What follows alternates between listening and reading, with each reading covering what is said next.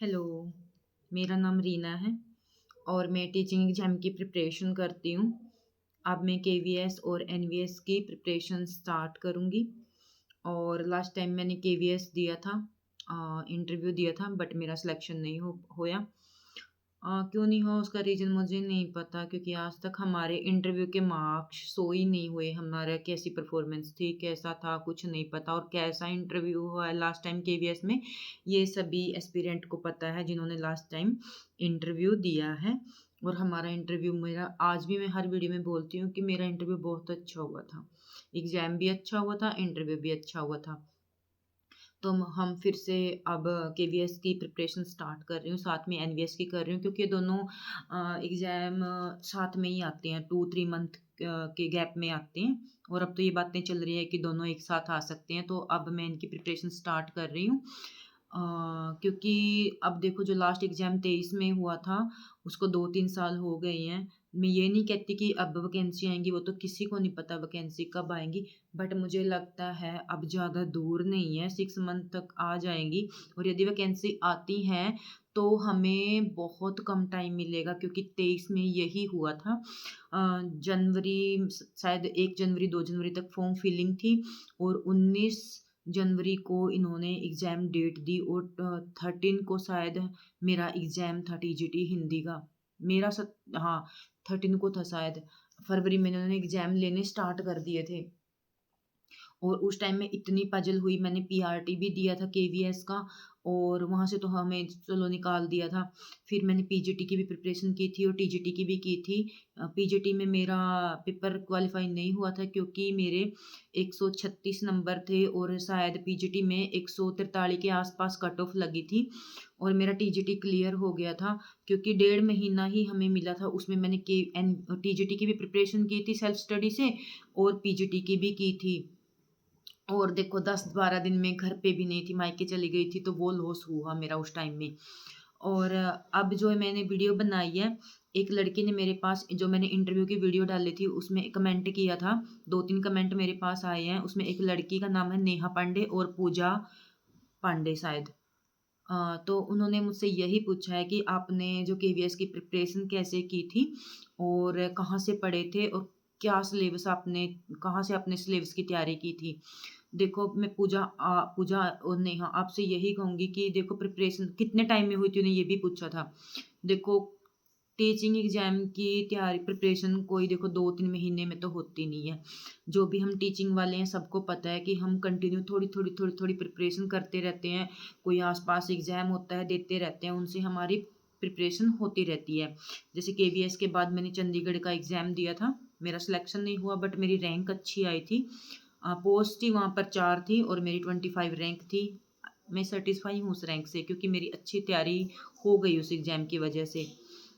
तो मैं आपसे यही कहती हूँ कि आप नेहा, आस-पास कोई भी टीचिंग एग्ज़ाम हो, चाहे आपकी प्रिपरेशन हो या नहीं हो, तो आप देते रहना, क्योंकि उससे ये होता है कि हमारी थोड़ी अपने सब्जेक्ट की प्रिपरेशन हो जाती है।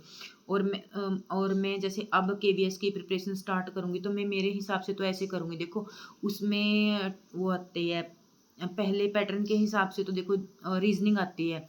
रीज़निंग देखो करती रहती हूँ मैं, मेन टॉपिक करती रहती हूँ। कभी वीडियो बनाऊँगी तो वो टॉपिक आपको बता दूँगी। मैं ज़्यादा नहीं करती, मैं फ़िक्स अपने 8 या 9 टॉपिक लेती हूँ और अपनी कॉपी के ऊपर लिख लेती हूँ कि मैंने सिर्फ़ यही टॉपिक करने हैं, तो मैं वही करती हूँ, क्योंकि रीज़निंग के तो टॉपिक ख़त्म ही नहीं होते और मेरे मोस्टली क्वेश्चन वहीं से आ जाते हैं। और फिर जैसे इंग्लिश है, इंग्लिश की प्रिपरेशन मैं साथ-साथ करती रहती हूँ थोड़ी-थोड़ी। जैसे अब हरियाणा में सीईटी हुआ, वहाँ भी इंग्लिश की प्रिपरेशन हो गई, तो इंग्लिश की प्रिपरेशन कंटिन्यू चलती रहती है। 10 नंबर की हमारी इंग्लिश आएगी वहाँ पर और हिंदी 10 नंबर की, जैसे हिंदी ग्रामर आती है, वो हमारे सब्जेक्ट में भी आती है और अब भी मैं उसकी आप सभी को यही बोलती हूँ, जैसे आप अब भी उसकी तैयारी स्टार्ट कर दो। हिंदी ग्रामर हमें देखने में जितनी ईज़ी लगती है, वो उतनी होती भी नहीं है और यदि होती है, तो यदि अच्छी प्रिपरेशन होती है, तो हमें 10 में से 10 नंबर दिला देती है। जैसे मैंने जहाँ भी एग्ज़ाम दिया है, मैं हिंदी में पूरे अपने नंबर ले लेती हूँ और वहाँ मुझे प्रॉफ़िट मिलता ही है।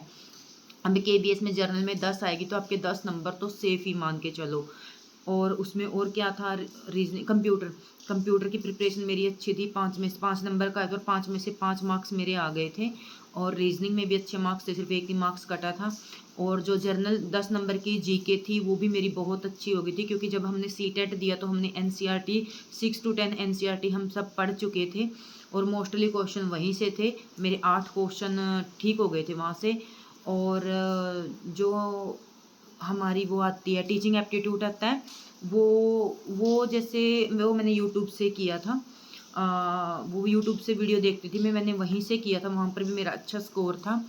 और जो हमारा सब्जेक्ट था, वैसे मैंने लिटरेचर की तैयारी की थी, क्योंकि नवंबर और अक्टूबर में, तो मैंने स्कूल स्किप कर दिया था जहाँ मैं टीच करती थी, क्योंकि वहाँ से ज़्यादा इम्पोर्टेंट मेरे लिए केवीएस था और एनवीएस था।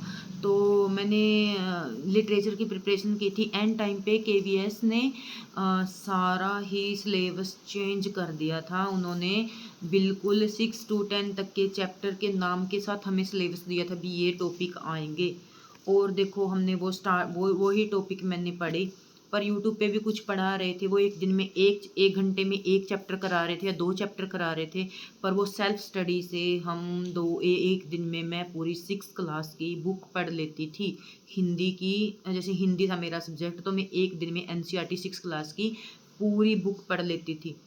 यूट्यूब पे टाइम वेस्टिंग से ज़्यादा मैंने अपने आप सेल्फ स्टडी पे फोकस किया, और मैंने अपना सिलेबस कुल 25-30 दिन के अंदर कंप्लीट किया, और साथ के साथ रिवाइज भी किया। एक बार पढ़ने से देखो कोई चीज़ याद नहीं होती, हम उसको बार बार पढ़ते हैं। जब मुझे ये हो गया, मैंने 7th की पढ़ी, फिर 8 की पढ़ी, फिर 9 की पढ़ी, जब ये 10 की पढ़ी, और जैसे जैसे जब मैं 9 क्लास की पढ़ रही थी, तो मैंने 6 की दोबारा से प्रिपरेशन स्टार्ट कर दी, दोबारा से पढ़ना स्टार्ट कर दिया था। और मैंने एक एक चैप्टर का एक एक लाइन पढ़ी थी, और उसमें ही जैसे क्वेश्चन पूछ भी रखे थे।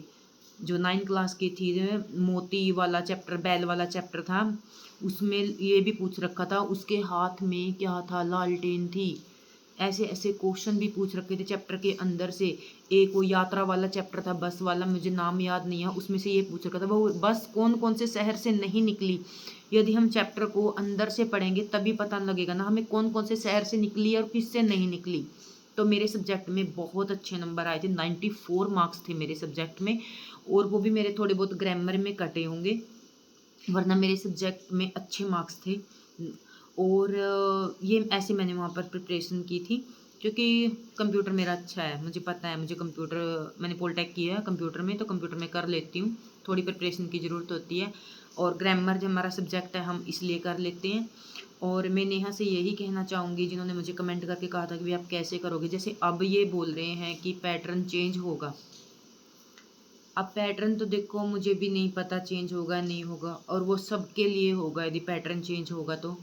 फिर भी मैं न्यू एस्पिरेंट से यही एडवाइस दूंगी कि आप जैसे रीजनिंग कर लो, क्योंकि कुछ भी चेंज हो जाए, रीजनिंग तो देखो, यदि वो बोल अब की बार यही बोल रहे हैं कि पहले प्री होगा, यदि प्री होगा, असल में तो हमें पता नहीं होगा या नहीं होगा। हम फिर भी अपनी प्रिपरेशन तो स्टार्ट करेंगे ना, मैं तो अभी से करूँगी, आज करूँ, कल करूँ, परसों करूँ, बट करूँगी। देखो सबसे पहले रीजनिंग करो, रीजनिंग आएगी, 10 मार्क्स की आए, 15 की आए, हमें नहीं पता, बट आएगी। मैथ के बारे में मुझे नहीं पता, बट और हिंदी पक्का आएगी, हिंदी ग्रामर वो कर लो, उसको तो कोई चेंज नहीं कर सकता, वही संधि समास ही आने हैं।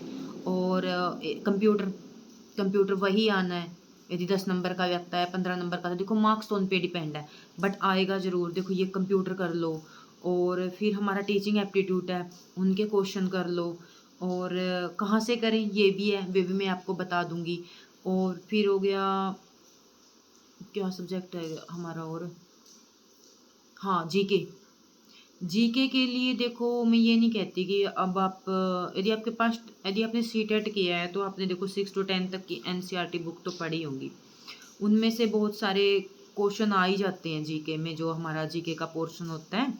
करंट अफेयर तो शायद नहीं था, एक ही क्वेश्चन था शायद योजना से रिलेटेड जो केवीएस का दिया था। तो यदि जीके आती है तो जीके के लिए तो मैं यही कहूँगी कि कोई भी यूट्यूब से, जैसे हमारी हिस्ट्री है, सिंधु घाटी सभ्यता है, इसके बारे में पढ़ लो, हमारे जितने भी नेशनल मूवमेंट हुई हैं उनकी वीडियो देख लो। और हमारे जैसे पॉलिटिक्स में, पॉलिटिकल में ये होते हैं क्वेश्चन, मौलिक अधिकार होते हैं, बाहर बारिश हो रही है। मौलिक अधिकार होते हैं और अनुच्छेद होते हैं, इनकी वीडियो देख लो। और ये नियुक्तियाँ होती हैं, कौन कौन किसकी करता है, कौन किसको रिजाइन देता है, ये कर लो। और भी टॉपिक जैसे हम जो टॉपिक हमें लगता है इम्पोर्टेंट, जियोग्राफी के टॉपिक हैं, जैसे जियोग्राफी में यदि मैं ऐसे बताने लग जाऊँ तो ये वीडियो बहुत लंबा हो जाएगा। ये कभी फिर बताऊंगी। जैसे जियोग्राफी में हम माउंटेन का टॉपिक कर लें, रिवर का टॉपिक कर लें, डैम का टॉपिक कर लें। और देखो ये क्वेश्चन वहाँ मैं ऐसे ही करती हूँ। देखो जियो, यदि मान के चलो जियोग्राफी है, किससे पूछेंगे, माउंटेन से पूछेंगे, इंपॉर्टेंट है। रिवर से पूछेंगे, इंपॉर्टेंट है। डैम से पूछेंगे, इंपॉर्टेंट है। एग्रीकल्चर से पूछेंगे, इंपॉर्टेंट है। क्यों? हमें अपने देश के एग्रीकल्चर के बारे में, अपने देश के वेदर के बारे में पता होना चाहिए। ये क्वेश्चन पूछ ही लेते हैं मोस्टली। और ऐसे मैं टॉपिक की लिस्ट बना लेती हूँ अपनी, जैसे पॉलिटिकल की बना ली, हिस्ट्री की बना ली, एसएसटी की बना ली, ज्योग्राफी की बना ली। 8 या 10 टॉपिक सेलेक्ट करती हूँ और उन्हीं पे वीडियो देख लेती हूँ। ज़्यादा नहीं मैं पूरी की पूरी पढ़ने बैठती एग्जाम टाइम में, क्योंकि आना तो 10 या 15 नंबर का ही, और वहाँ से मोस्टली क्वेश्चन है हो ही जाते हैं हमारे। 2-4 तो हम हमारी नॉलेज के बेस पे भी दे देते हैं। ऐसे क्वेश्चन आ जाते हैं जैसे हमें पता ही होता है उनके बारे में। तो और ये हो गया जीके के बारे में। और उसके बाद इंग्लिश। इंग्लिश में आप जैसे वन वर्ड सब्स्टिट्यूशन कर लो, इडियम फ्रेजेस कर लो। एंटोनिम सिनोनिम के बारे में आपको कुछ नहीं कहूँगी, क्योंकि ये तो बहुत ज़्यादा आ जाते हैं। कई बार हमारे एट ए टाइम ऐसी सिचुएशन होती है, हम निगलेक्ट करके ऑप्शन को कर भी सकते हैं। और एक आध बार ऐसे होता है हमें आते आते भी गलत हो जाते हैं। उन पे मैं टाइम इतना नहीं लगाती। मेरे कई बार ठीक भी हो जाते हैं, कई बार नहीं भी होते। बट मैं one word substitution, idiom phrases ये पक्का करती हूँ वोकेबलरी में। और जैसे उससे दूसरे अलग टॉपिक है, उनकी भी मैं लिस्ट बनाती हूँ। मैंने ये करना, एक्टिव करना है, पैसिव करना, एक्टिव पैसिव करना है, नरेशन करना है, और सब्जेक्ट वर्ब एग्रीमेंट करना है, एरर करना है, वर्ब करनी है। ऐसे मैं टॉपिक की बना लेती हूँ और वही करती हूँ जो मैं बनाती हूँ। मैं एक्स्ट्रा टॉपिक नहीं करती, चाहे आ भी जाए, बट वो मैं ये हमें पता होता है कि भी हम एट ए टाइम कर लेंगे। जैसे यदि हमने ये नहीं किया, सेंटेंस अरेंजमेंट का टॉपिक आ जाता है कई बार और हमने नहीं किया। यदि हमें जो टॉपिक मैं बता रही हूँ यदि उनके बारे में अच्छे से पता है तो वो टॉपिक बना लेंगे। हमें पता है ये सेंटेंस कहाँ से स्टार्ट होगा, कहाँ पे एंडिंग होगा। ये जैसे हमें फॉर एग्जांपल जैसे बट से कोई सेंटेंस स्टार्ट नहीं होता। और सब्जेक्ट वर्ब एग्रीमेंट के टॉपिक हमें आता है तो कहाँ पर सब्जेक्ट है, कहाँ पर वर्ब लगेगी, उसके अकॉर्डिंग हम वो बना लेते हैं, सेंटेंस बना लेते हैं। तो सभी टॉपिक को मत उठाओ, इम्पोर्टेंट टॉपिक को उठाओ, अपनी एक लिस्ट बनाओ और वहीं से करो। उनको रिपीट करो, बार बार रिपीट करो, 2 बार करो, 3 बार करो, पर करते जाओ। 20 टॉपिक करने से अच्छा है आप 10 कर लो, 10 को 5 बार कर लो, वो बेटर है। 2 क्वेश्चन 3 क्वेश्चन तो उन्हीं में से रिपीट हो जाएंगे, ठीक है। और देखो प्री के बारे में तो अभी यही है, भी ये तो देखो आएंगे ही। यदि नहीं चेंज हुआ पैटर्न तो देखो उसमें भी यही है, कंप्यूटर, जीके और रीजनिंग और हमारा टीचिंग एप्टीट्यूड और